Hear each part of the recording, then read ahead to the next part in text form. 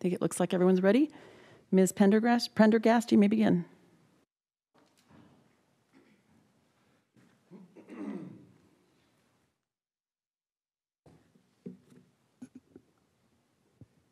Thank you, Your Honors. May it please this court, Mr. Howie, Mr. Miller and I would like to thank this court for the opportunity to review his case this morning and Iowa law on disability pensions. As this court is aware, Mr. Miller served this country for 4 deployments starting in around 2000. He and Ms. Miller were married in 2010 following 3 of his deployments. Following his deployments, he was diagnosed with PTSD, a 70% disability rating as the result of his number of deployments during those wars. We tried this case in Black Hawk County, and at that time, Mr. Miller and I made an assertion that Mr. Miller's disability pension from his time at the Waterloo Police Department was not marital property. We reasoned that because that disability pension is given to him to replace his ability to earn income, it's not a marital asset. It is income that's being given to him post-dissolution to supplement the fact that he is unable to earn the regular income he would have earned but for the PTSD. So this is called pension, but it's really paid on an ongoing basis like current income, just like as if that was a job he was still working at. It is a disability pension through the Iowa Municipal Fire and Police Pension System. It's a pension.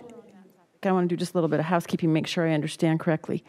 The issues that were raised at trial involved the police disability pension, a National Guard pension, a CREF, an RFA, or excuse me, an IRA, and a loan. It's my understanding that the actual appeal involved the police pension. The National Guard pension was not challenged. When you say it was not challenged, correct? But the National Guard pension and the police disability pension were challenged on appeal. Now, on further review, is the only issue we're talking about the police disability pension? Correct. Mr. Miller and I have chosen to only argue at this review the police disability pension only.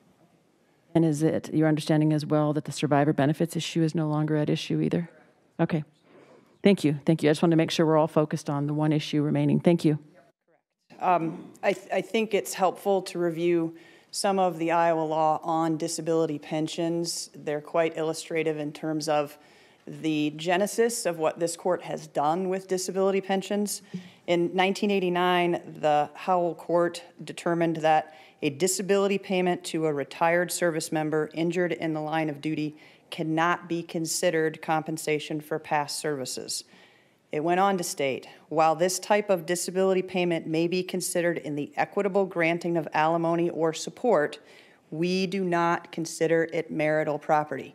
Now, to be clear, the Howell Court was determining a veteran's disability pension, not a police disability pension, but it's our position that both of those types of payments are interchangeable and indistinguishable. Yes, ma'am. Part of the reasoning, the fact that the veteran's disability pension that was at issue there was also exempt from execution, which is not the same, which is not true with respect to this pension. Is that right? Veterans' disability payments are statutorily exempt from garnishment. There is a sentence in Howell that makes reference to that, but after that sentence, the Supreme Court goes on to state that a veteran's disability payment is not marital property. And I think the reason they make that statement is because the characterization of that income is so very different than any other sources of income. It wasn't accrued during the marriage. You aren't getting it because of a joint venture or something that the couple has engaged in throughout the course and scope of their marriage. This does stand for that with the VA payment on a federal statute. So the Iowa similar statute, I assume you're going to get to, 411? 411 is the Iowa Municipal.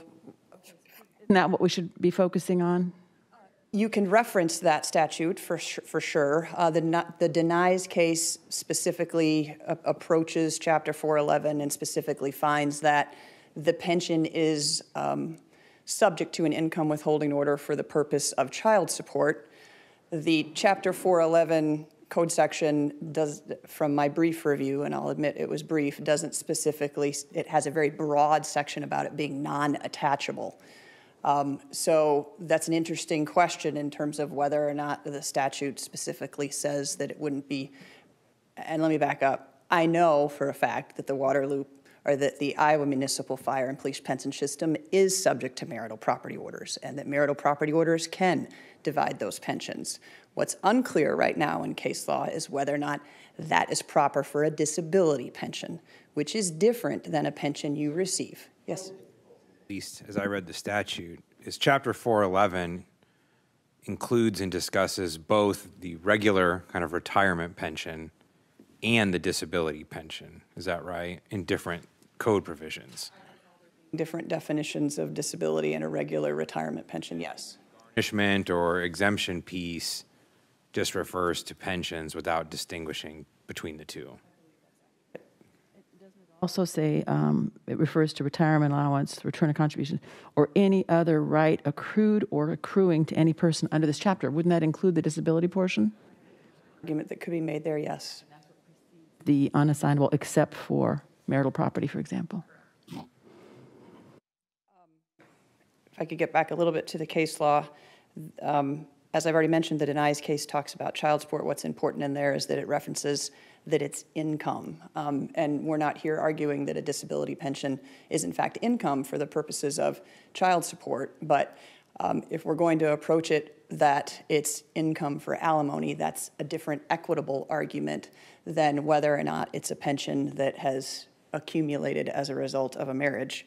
The O'Connor case, which I will admit is what I relied on heavily at the district court level, and what is probably what spurred on the reviews that we've sought in this matter, is because the fact pattern in that case is so very similar to what Mr. Miller's fact pattern is. Mr. O'Connor was also a Waterloo police officer. Mr. O'Connor had, in fact, achieved another position post-disability teaching. The O'Connor marriage, which was much longer than the Miller marriage, the O'Connor marriage did have children, and the Court of Appeals in 1998 held that, again, the disability pension, unlike a pension paid at retirement, is not compensation for past services. Rather, it is compensation to replace income that would have been earned had the employee not been injured. What's interesting in the O'Connor case is that it affirmed, based upon the Howie reasoning from the veterans' disability benefits, but seemed to do so based upon equity principles and not necessarily the characterization of the disability pension itself. So the O'Connor case doesn't come right out and say that a disability pension is not a marital asset, but it does say, based upon how we're going to remain consistent and say that a disability pension because it's future income. More sense. It really shouldn't turn on a bunch of exemptions. It really should just turn on whether it's future income or a current property asset that's been earned. From my very simplistic, when I take a step back from the advocacy for my client and when I look at just what the actual benefit is, it is income to him. It is being paid to him because of a disability. It is not something that was accumulated during the marriage, again, where both parties were part of it. It is a disability pension being given to him to replace lost income. That's what it is. And couldn't the legislature, if they wanted to, have distinguished between retirement pension and disability pension? They didn't distinguish between the two, did they? They're defined differently, but you're correct that Interpretation here. I'm looking at the statute. I think it applies. 411 is pretty darn important in this case. I don't see a distinction where one should be treated differently than the other. with you that there's a carve-out specifically for a disability pension in the statute. No.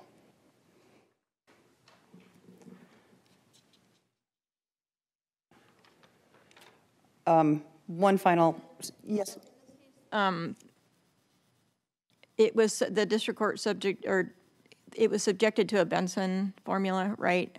So is there an argument that even if it might be considered under the equitable principles, when it still isn't, the fact that it's replacing future income still needs to be taken into consideration rather than just doing a straight Benson formula? There's a long answer to that question.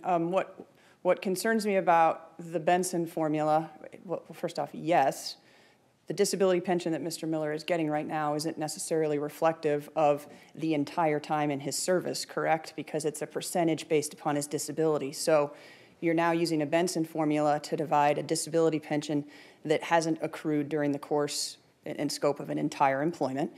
Two, it's going to have to be done via a marital property order, which tumbles to my next concern in this case, which is that that's unmodifiable. So if Mr. Miller were to lose the additional job that he has now, he has no recourse to modify later. This is a property division now as a result of a marital property order out of the police and fire pension system. If he loses his employment, he can't come back and modify it, as opposed to alimony, which he could modify in the event that we were to approach this more from a this is income and give Ms. Miller alimony. But again, Ms. Miller never asked for alimony in this case. The potential payer would never suggest it either, correct? I mean, so alimony was never even on the table, was it? Requested at district court. I wanted to make it clear in the record that she wasn't asking for it, and I think in the transcript I asked her directly, and she indicated no, she was not seeking alimony in this case. Position with respect to what happens after the age of retirement with respect to the disability pension? From my small knowledge of that issue, I believe that once Mr. Miller becomes retirement eligible with the police and fire system, he then collects what would be the regular retirement benefit as opposed to the disability pension. What that benefit amount is, I can't tell you. Be possible to apply, if we concluded that piece of his pension was property, because it was based on his service, to apply the Benson formula to the post-retirement age piece of his pension? Yes, I believe that would be possible, and in essence, that's what the O'Connor court did.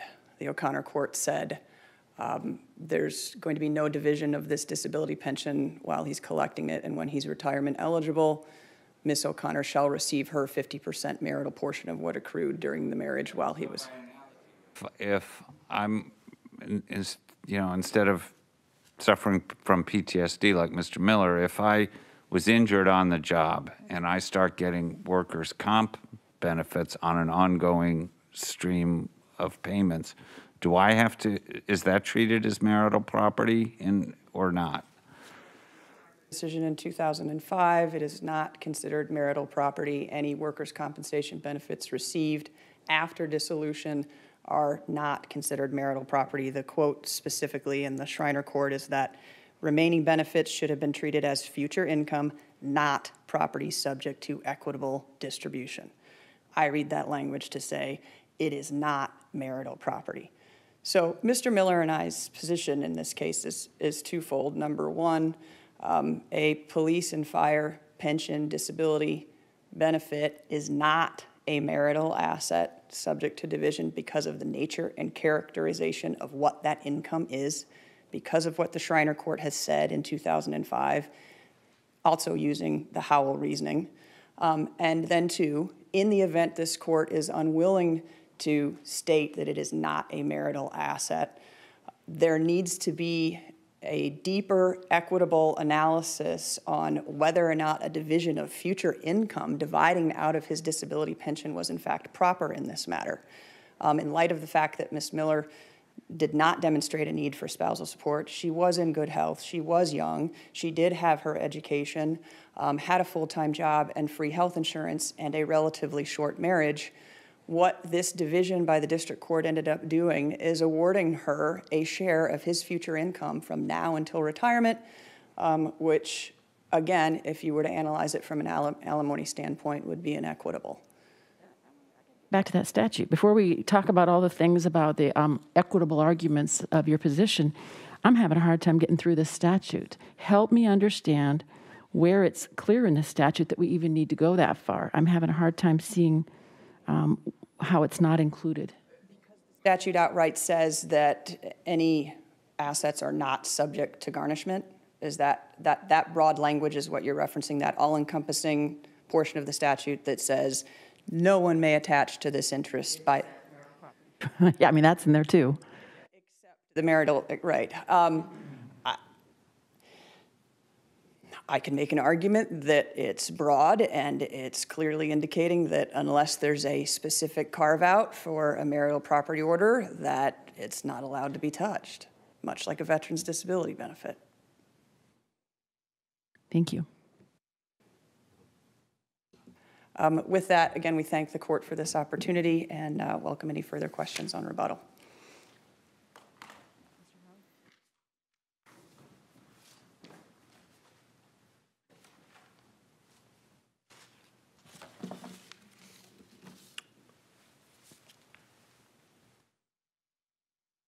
Good morning, Chief Justice Christensen, Associate Justices. May it please the court.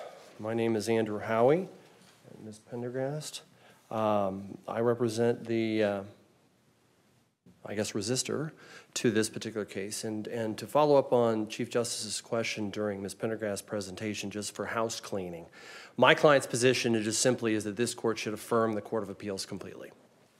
The Court of Appeals got it completely right, and so therefore that is what we're asking. And all the other issues that were resolved by the Court of Appeals, my client accepts. So what is the issue that's facing us before us today? And that is the fireman's, policeman's disability pension. I think the real argument breaks down to as to whether this, as to whether the court could consider the pension to be marital property and then whether it should be divided. And now here's what I say about could. That clearly has been answered by statute and by case law. As the Chief Justice just pointed out, I think Iowa Code Section 411.13 clearly and expressly answers the question. Yes, Matt's police pension is marital property and should be divided by and is subject to division by the court. From the language of the statute, it doesn't say the pension is marital property. It says the pensions or the obligations here could be or are not exempt from being treated as property. The classification of it is not at all addressed. Because I think that the point is that the statute and the legislature made no distinction between retirement and disability pensions. It uses the all-encompassing pension word. Second, it's subject to execution via a marital property order. And then we revert back to 598.21, which this court clearly enunciated in re Marriage of Schreiner, that all the property accumulated during the marriage is subject to division except gifted and inherited property. And so when you have that type of case law, when you have that type of statutory language that is used, I think the answer is clearly answered by the statute and by the case law. How would that work? It also references medical support obligations, child support obligations, which we usually talk about those being income streams, not property, right? So part of this statute is dealing with income and how that can be attached. Part of it is dealing with property, which is the retirement pension, not the disability pension. It seems very workable when you look at the kinds of pensions that are in the statute, but I don't see anything that says for the purposes of this statute, all pensions are property. That's a legal decision that has to be made independent of the statute. I have no reason to dispute you, Your Honor. I think you're exactly correct. But when you look at the broad definition of, or excuse me, the broad language of the use of the word pension, the statute is answered by that. And that's why also that... I don't get that. I mean, I think Justice McDonald is right. And you're right in what you originally said, which is what the statute means is it could be marital property. You still then have to establish is this particular pension like an income stream or is it like property?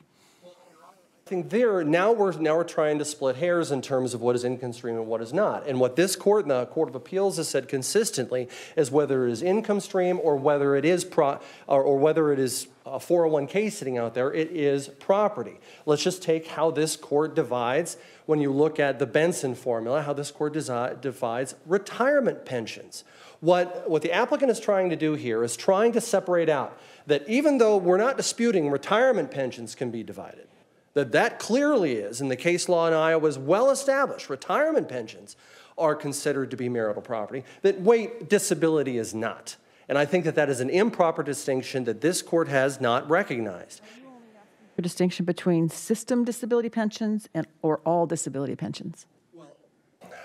I'm not going to argue in terms of every and all case and that everything is encompassing. I'm arguing the specific facts of this case. And this case is, in terms of 1113 and the Brandstetter case that was handed down by this court in 1993 and has been continually reaffirmed in the Denice and the O'Connor court by the Iowa Court of Appeals, which are published decisions, saying that disability pensions are marital property and are subject to division. Now, what was the second part of what I originally... Go ahead, Justice Mansfield. Brandstetter involves like a real classic pension, something that's paid down the road. I mean, I went through a divorce, and my ex-wife and I, our retirement pensions went into the pot, and they were divided up when we applied the formulas and all that. But this is more analogous to the income that I was going to earn the next year or the year after that or the year after that. And that would be relevant for child support or spousal support, but it wouldn't be property to be divided, would it? I respectfully disagree. No, and what you're implying, Justice Mansfield, is that when you start parsing it down in terms of it is income versus not, now we're kind of getting into the Schreiner distinction. What I found in my review of the case law is that the only time the court has found out in terms of an income stream was in the Schreiner decision, where they carved out, oh, workers' comp in the future doesn't matter. First off, workers' comp is a completely separate legal animal, in my opinion, and doesn't apply to this case. So we're just talking about disability pensions. Now we're getting down to the core of what is the disability pension, what is happening here. It is using to supplement Matt's income based upon this disability. Now, how did he get the disability pension? He got the disability pension during the marriage. In other words, this is a marital asset. The benefits accrued during the marriage, and this is a marital asset. Because what's going to happen is, if the court starts distinguishing, more under using the statute. So how is it that it was that the disability pension itself was obtained during the marriage under 411.6? So during the marriage, he was married during part of the marriage, and that's why the Benson formula also considers when it's. Though even a work comp, if you're you only get work comp if you're employed, and so the Schreiner analysis would come into play. How does 411.6 treat disability pensions similarly or differently from a retirement pension? I think you're getting into, Your Honor, the difference between whether it is a complete substitute for income or a supplement to income. And I think the case law in this state does make a distinction between supplements and substitutes. What you have with the pension plan here is this is clearly a supplement. In other words, it's an earning-based pension. If he makes too much money, he doesn't get any of it. But if he does, then he is entitled to the benefit, which was the benefit that accrued during the marriage, which is marital property. That is Disability rating. And he was unable to work. Is that income in lieu of, is the pension then in lieu of his income? I think the answer is no. The fact whether he was 1% or 100% makes no difference in terms of how the legal analysis goes through. Because then let's look at the next step. If the court does make a distinction that, oh, this is only a partial versus 100%, well, then you're going to get into a world of trouble in terms of facts, and then the courts are going to have to figure out, and this court's going to have to figure out on appeal whether or not whether a partial deserves it or not. You know, well, you were only 2%, but he was 80%. And this court should not make that distinction. It should have a bright line test which practitioners and courts can easily apply. Be its income and not property. Right? I mean, that's the purpose of this. If he's 100% disabled, is to replace 100% of his income. If he's 70% disabled, to replace 70% of it. I guess I don't see at what point this turns into property. I mean, I don't see how you would distinguish this from capitalizing someone's salary and then dividing it. Might help answer that question. And correct me if I'm wrong. A typical statutory or disability pension, or this disability pension would stop maybe typically at 55, but this one goes till death. Is that correct? So I'm not quite certain, though. That the 411 disability pension is indistinguishable from the retirement pension in that respect. But anyway, go ahead and answer that, sorry. Okay. Your Honor, I think what it is that, again, we're blurring the lines between income and property, that there really is no distinction in my interpretation of 598.21, and here is why, is that you look at retirement income. That is income. It's a future, based upon some future condition. I can't get it until I've reached the condition of retirement, but it's still divisible as property, as well established in the state under the case law and everything. And so whether or not disability is a monthly income payment or paid out of one lump sum at some future date, it is still property for that circumstance. There's a corpus that funds the benefit, right? I mean, you have a 401k, you have a corpus, you can start paying it out at a certain age. If you have a pension, you're paying into the pension. Those funds are held in trust by a trustee. Does that make a difference? I think it does, in terms of it goes to directly to my point, is that Matt's right to have the disability pension accrued and incurred during the marriage. Therefore, it is a marital asset and is subject to division by the court under 598.21. That is why what Matt's trying to do with his argument is basically say, oh, no, this is different. It's not different. It's the same thing. It's still property. Disability and retirement pensions are still income streams that are paid out in the future post-dissolution.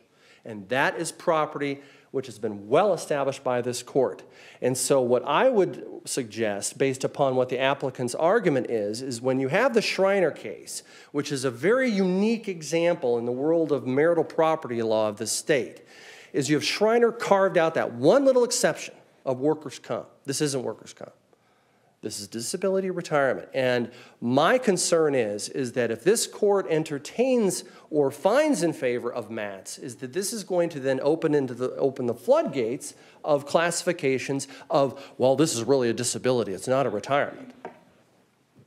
Does it really make a difference whether the person suffered the injury working in the state of Iowa or suffered the injury from being deployed in Iraq and Afghanistan? Is that what the law is going to turn on, that distinction? Based upon how, with a veteran and the federal benefits versus the Brandstatter case, which is police and firemen. It already does, Your Honor, because you've got state law versus federal. That's my distinction. Seems to me the work comp case is directly on point.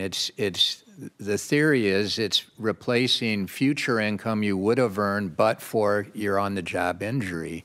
Same situation here. This police pension is replacing future income he would have earned but for his disability. But, Your Honor, here's the distinction. It's a very good point. I'm glad you brought it up. The distinction is that the workers' comp is based upon an injury that's suffered and is covered under the workers' comp statute, which is completely separate from the disability pension we're having here. That's more of a damage award in terms of you were injured, you suffered damages, and so therefore you deserve this damage award. That is not what a disability pension is, the way I read 411 and the way I think it applies in this particular case. And even if, and then you get into it, that's why I think Schreiner is just such an outlier, in my opinion. It's so bizarre that the court has to divide all the property except gifted and inherited. Oh, and by the way, Schreiner says workers' comp future payments. It's not an outlier. It's actually the majority rule in the country. The majority rule in the country is that disability pensions are income and not property. I mean, the outlier would be to say a disability pension is property. My argument is, Your Honor, I certainly take your point on that. I would say it's not the majority, but then again, I can certainly be proven wrong. I didn't survey the other 49 states in my preparation for today, but I would simply say is that when it comes to disability, Iowa has developed a very straightforward basis as to dividing property. If it was accrued during the marriage, if it's property, it's split. 598.21 could not be any more clear. All property, it's there, except gifted and inherited. Disability pensions are not gifted, and they're not inherited. And so that makes it, Their income. I mean, that's kind of the distinction there. again, Your Honor, no, it's not income. It's income that is, now we're getting into semantics. If we're going to go down that road, Your Honor, then we're going to have to revisit Benson, we're going to have to review Brandstetter, we're going to have to revisit everything. Is that often Disability pensions, they involved, Brandstetter involved a regular pension, not a disability pension. involve a disability? And again, I apologize if I'm misstating it, but that's the way I read Brandstetter. But then it was affirmed in Denice and then O'Connor with in terms of disability pensions. For not disability pensions. Certainly still was considered, and O'Connor basically Is different than marital property. That's kind of the point here. Is we need to decide. It might be semantics, but it's important whether it's income or an asset. and based upon the pension and 59821 and Benson, is that across the board, disability and retirement pensions are pensions. Pensions are property. They are subject to division in 59821. That's the distinction, whether it's paid out daily, monthly, semi-monthly, yearly, or one lump sum. They are still assets to be divided by the divorce court, 59821. I see that my time is up. All right. Thank you very much for your consideration.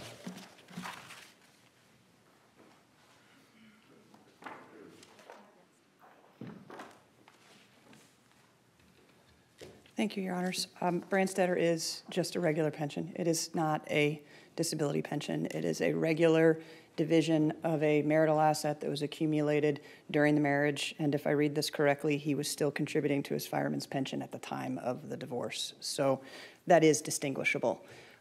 Two, semantics do matter in this case because they matter to the thousands of disabled veterans that are out there that practitioners such as myself are going to have to advise in regards to what we do with this type of asset. And as the law stands right now, I simply don't know how to advise them.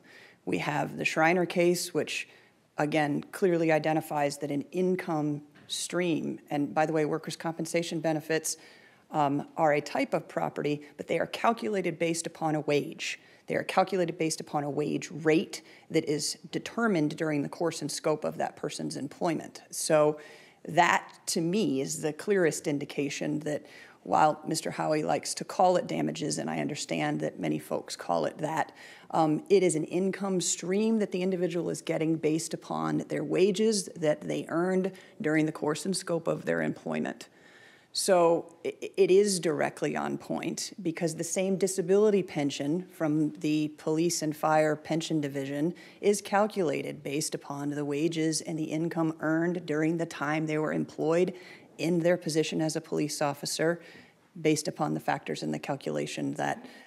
Treat it like the VA statute on the non-assignability. That's a clear-cut statute. They don't carve out anything, right? And Iowa didn't take that route. So just for argument's sake, assume that it is carved out and can be touched. What is your argument on the 598 distribution? Second stage. Are you asking me that in the event this court says it is marital property, how would it be divided? Yes. The arguments under that scenario, then I would refer back to O'Connor, where the court said this is what he gets during the time he's unable to work at the same level and when he retires. Now, Your Honor, I'll admit you indicated earlier that this particular disability pension goes for Mr. Miller's life. I don't know that for certain, so I don't want to mislead this court and say it ends at 55. I don't know the answer to that question. So if Mr. Miller's disability pension remains the same for life and it doesn't recalculate at 55, then we'd have to do a marital property order that awarded her 50% of what was accumulated during the marriage, and I believe the pension system can do that, whether it remains characterized as a disability pension or not at that stage. Calculation. Numerator, denominator times 50% times the monthly benefit, and that's what the MPO would state that was submitted to the municipal fire and police pension system. So if I were to... Correct. I'm saying that if this, correct. I'm saying if this court were to choose to go the O'Connor route, of the equitable argument, not the it's not a marital asset. If this court reaches that analysis, then there's some equity to be achieved in awarding her a marital portion of what was accumulated during the marriage once he is no longer working or receiving it pursuant to the plan as a disability benefit. System disability retirement benefit supplant the system retirement benefit. Those words get confusing, but does a system retirement replace the basic retirement? So it was my understanding until today that the disability pension was received until retirement age, and that retirement age it would shift over to his retirement benefit. That was my understanding. Subject to change over the course of his life based on his medical condition or his income? His income, it's subject to an earnings test. If he makes more than a certain amount, then the disability pension reduces because he's supplementing with the other source of income. Thank you, Your Honors, for your review today. I personally appreciate the questions because I know that it lets Mr. Miller and I know that we presented this issue to the court for a purposeful reason, and that benefits hopefully ultimately everyone in Iowa and practitioners who ultimately have to answer this question. Thank you very much. The case of In re Miller is hereby submitted. The court is going to take a brief recess before our third case, State versus Davison.